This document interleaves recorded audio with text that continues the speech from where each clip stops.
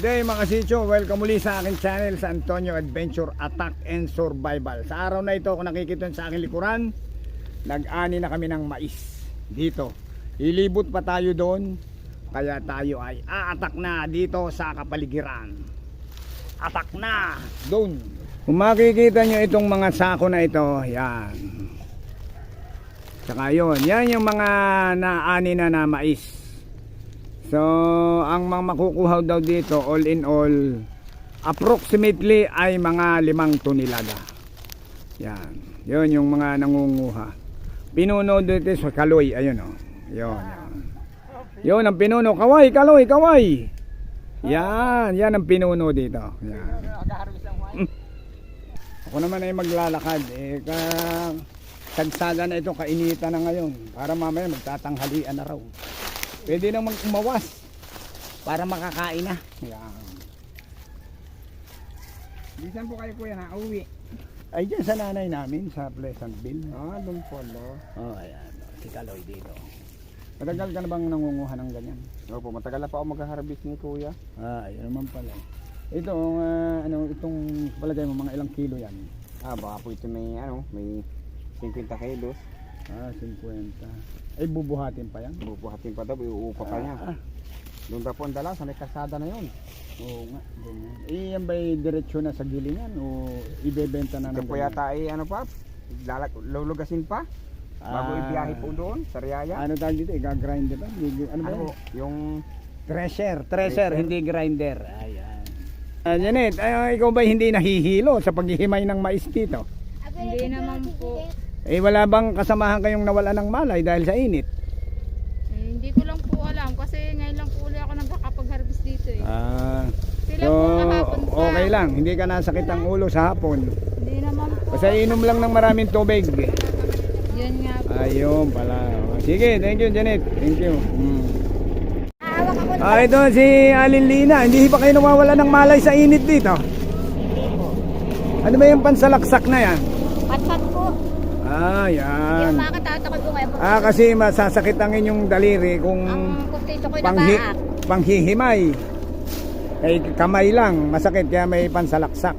Ayan yan, patingin. Ayan, pansalaksak pala. Kasi yun yung mais. Sampol nga ho, isang sampol kung paano salaksakin. Ayan. Yan, sampol ho, sampol. Pakita. Ayun pala. Ang pagsalaksak ng mais. Yun. Pakita nyo sa akin. Ayan, ayos. Kasi nung April ho, yung sa pinsa namin, kay Uji, doon sa kabila. Ay, anong init ho, dahil tag-init doon, Abril. Mahilo-hilo. Hindi ho, ako'y nakibangaw lamang. Ay, saan po kayo dito nanira? Diyan din. Ay, hindi ho, kapatid ko naman si Agot eh. Diyan lang ako napunta. Alin ang inyo, Ari? Ay, hindi ho, napunta lang ako diyan kay Agot. Pero ang bahay ng nanay namin ay sa Pleasantville. Ay, si Agot ang bunso. Ay, hindi ho, pang 8 yan. Ayan. Pang 7. Carlos, ikaw doon naman, nagtatabas ng mais. Tingin din Sige, doon naman ako pupunta sa Pinuno kay Kaloy. Sige, dyan muna kayo. Salamat ho. Ayan, yung Ito naman ang aming Pinuno, si Kaloy. Yan, tumachap-chap na ng mais. Mamaya nga ako naman ang chachap-chap. Ano bang klaseng gulok yung gamit mo? Yan ang palok po. Wala. Magkano bili mo dyan? Parang maganda yan. Ito po ay sa 400 lang. Saan mo naman nabili yan? Sa ano po Lucena? Sa palengke? Sa taas po ng letter A. Ay, paano yung kaluban? Kasama na po yun. Pakita mo yung gulok mo. Pakita mo dito. Yan, taas mo. Yan. Yun, anong galing pala niyan. Sige. Maganda ho ang pagkakasubo. Yan pala. Marami po ito din tinda. Yan pala naman. Kayo na lang gumawa ng kaluban. Isa dyan, ito po ay kasama sa bilihan. Kasama na rin yung kaluban. 400. Ang galing po ng Bicol. Yan pala. Di ba kayo nahihilo? Maghapon sa initan? O namamahinga rin? Namamahinga po ako. Ayan pala. Kayo ang manchachap-chap, yung dalawang manlalaplap. Yung pala. Ayos. Yan. Ito'y gulok ni Kaloy. Susubukan ko. Meron din ako isa mamaya. Igbahan ng talim to. Yung.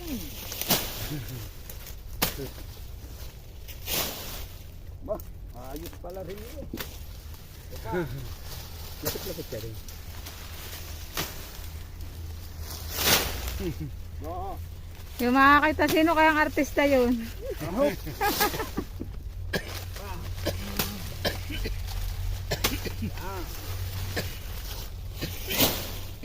Ito, gulok ni Kaloy. Ito naman. Gulok ni Dennis. Yun.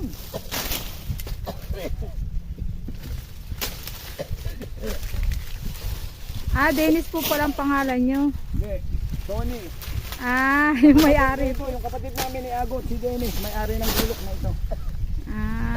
Sa pagkuha ng mais, dalawang bagay.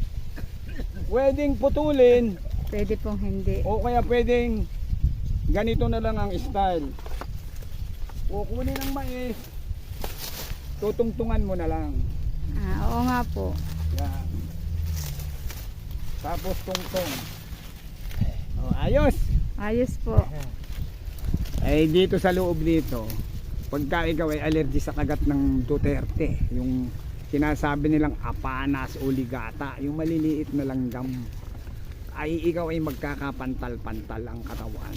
Hindi mo kakayanin. At para lang mawala yun, ikaw kailangang maligo ng gabok. Kailangan lagyan mo ng gabok ng katawan mo. Hindi po ba alcohol? Hindi, gabok muna tapos saka ka maligo ng ng tubig, ng sabon. Yan. So susuot tayo dito sa Dutertehan. Titingnan natin kung anong meron dito. Yan, pumasok na ako rito. Ay naku, yan anong pati pala rin. Teka, libo tayo dito sa ibang lugar naman. Sa medyo Makati po pala. Makati. Sumuot na ako rito sa Maisa. Pero pag ikaw ay nagmadali ditong tumakbo, ikaw ay magkakasugat-sugat at matalas itong dahon ng mais. Talas nga po. Kaya medyo mag-iingat lang. Ito. Nakadurobo pa ako ng isa. Ito. Yan. Maganda ito. Maganda itong mais dito. Whoops. Ito. Kadungkal pa. Kwarta na ito. Ito pa isa. Tatlo na. Ako'y babalik muna sa bahay. At yanong init. Ako'y nauuhaw. At ako ay pasal na din. Kailangan lumamon muna para hindi mawala ng malay dito. Ayan kita nyo. Maisan yan. Tapos dito sa aking parting likuran, yun. Aanihin pa yan, baka mga 1-2 araw pa raw. Dahil masyadong madami. Ito nga pala si Willie. Nakailan sako na ho kayo? Pang ano ito? Pang 6? Yan pala. Hindi ba kayo nahihilo sa init? Kayang-kaya? Kaya. Ayan sako na raw ni Willie ito. Naka-6 na. Kahapon ho, nakailang kayo? 6 din. Ay ngayong araw na ito. Ito. Pang ilan na ito? Pang ano ito? Kahapon naka-6 kayo. Ito pang 5 na ito. Ngayon naman pang 5 ito. So mga ilang araw pa kayong maglalaplap ng mais? Hanggang bukas pa ito. Baka 2 araw pa yan. Hanggang doon pa ho yan. Oo. Hindi tama lang. Hindi mo kaya nagtatabas ay. Pag marami sana, madali lang. Yun. Pero hindi naman kayo nahihilo sa init. Di ba nyo naranasang mawala ng malay dahil sobrang init? Ay, hindi naman. Hindi naman. Ininom lang kayo ng maraming tubig. Oo. Sige Willie, kaway muna kayo. Yan, thank you ho. Kung makikita nyo itong 3 matutulis na ito, dulo-dulo. Pero ito ay pambusalsal ng mais para malaplap yung balat. Imbis na daliri ang gamitin, ito. So ayan ito pa. Yan. Plus ito pa. Yan. Kawayan lang to. Pagka napupudpud na sa dami ng gamit, kakayasan mo ng panibago. O ito. So mamaya ide-demo ko sa inyo kung paano lumaplap ng mais gamit itong pang salaksak. Nga pala si Mang Kaloy, si Mang Willie, break time. Makakain sila kanin, ang ulam nila. Ano ba yung tamban? Tamban pong isda. Tamban daw ho, yan. Kasi sobrang init. Baka sila mawala na ng malay, kaya kumain muna sila. Yan. Nakasilo. Nakailang sako na kayo, Mang Willie? Ang pito yun? O, 7 na sako na raw. Kayo, Mang Kaloy, ilan na? Po, pasiyam. Siyam, aba. So, pag nakasampu na kayo, 70, magkano na yun? 700 na. O sa 20, di may 1,400 na. O kwarta na. So, ngayon, break time muna siya. Sobrang init kasi. Pero mas maganda ngayon dahil mainit lang araw pero malamig ang hangin. Hindi katulad nung Abril. Mainit na ang araw, mainit pa ang hangin. Mahina Yan. nga ni ngayon ang asawa kong palay. Dadalawang sako ang nakuha. Ah, yung pala. So dahil sa wala kayong nakuhang palay. Dadalawang sako. Kami na may hunusan laang. Kami ay pang-apat. Sa Ah, balde. yun ha. Sa apat na balde may isa kami. Kayo nagtanim lang, nagtalok. Tanim po ng aming buso. Yung aming natitirikan ng bahay. So ayan, namamahinga muna sila. Malakit. Habang nagbibita nga ako kwan. ng malakit eh. Tapos yung isang kasama nila, ano bang pangalan nun? Yung nasa malayo. Yun Yan nasa po. malayo daw. Ito ang tanong. Yung sa malayo. Ano po, kinto daw? Oto. Oto. Si Tonto. Ayun, papunta na rin to si Tonto at mukhang mahihilo na yata ito. Oh. Tagilid na ang lakad ah. Ayan. Malakas. Ano kuya? Pero malakas ho ito. Ayan. Buhay ho, buhay. Iinom lang ng tubig. Ayan. Buhay ito, buhay. Ayan. Nakita, lalakad do. Patagitagin ang lakad. Ayan. Itong dalawang bulo na nakakawala. Ito. Mangangain ng mais ito. Masisiba. Yun. Umaatak ito ng mais.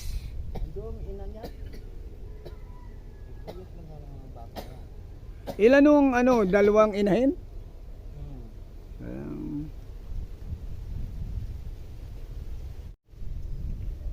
Dahil masyadong mainit, ako'y naglili muna dito sa may puno ng antipolo. Ayun, si Willie, hilapit natin. Yun. Willie, nangunguha sa parte ron. Tapos yung isang mag-anak doon, si Kaloy. Sawa na si Janet, tsaka yung nanay nila. Yun, nandun naman. Yan. Sila. Pero namahinga na sila dahil sobrang init daw. Pero malamig ang hangin, kaya buhay sila, kayang-kaya nila ito.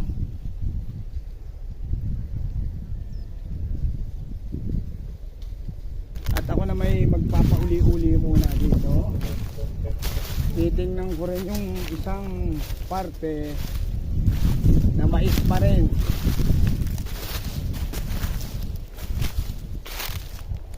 Makikita nyo sa akin likuran, puro berding mais to. Sa kapatid ko pa rin ito. Pero ito, hindi palamon sa manok at baboy, palamon sa tao. Ito ay lagkitan. So mga February pa ito, aani. So babaybayin ko rito. Yan, makita nyo yan dito. Sa akin naman tabi ito. Wala na itong bunga kasi pangharang na lang sa hangin para hindi matumba yung mga mais kasi mahangin ngayon. Babaybay naman ako rito sa initan.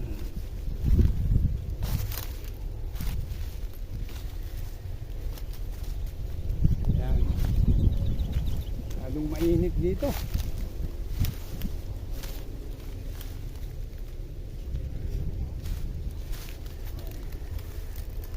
Ganda rito. Makita nyo naman itong hanay ng mais na lagkitan. Yan, papunta ron sa bahay ng kapatid ko. Ayun, malayo. Yan, puro mais yan.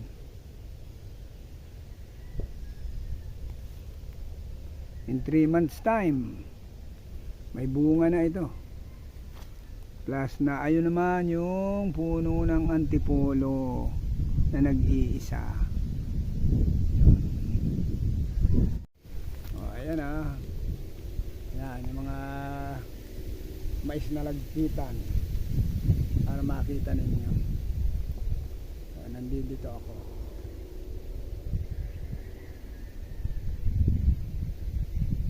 Sarap ng hangin ha, sa lilim ako eh. Kahit mainit ang panahon. Yan. So, puro puno sa paligid. Yun. Tapos sa may parte doon yung mga mais nandoon yun. Makita nyo naman yan, ang ganda ng panahon ngayon. Kokonti ang ulap at blue na blue ang langit. Ayan, ang ganda ng weather. Oh.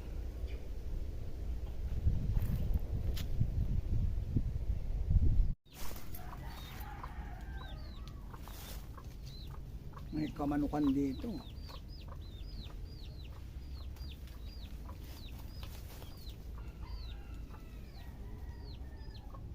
Ayun.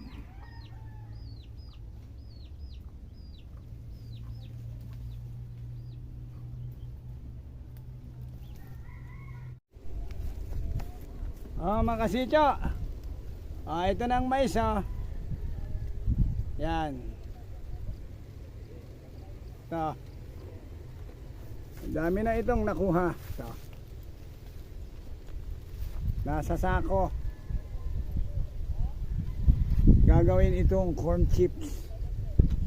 Hindi ipalalamon sa kababuyan at kamanukan. Corn chips. Masarap ito. Yan.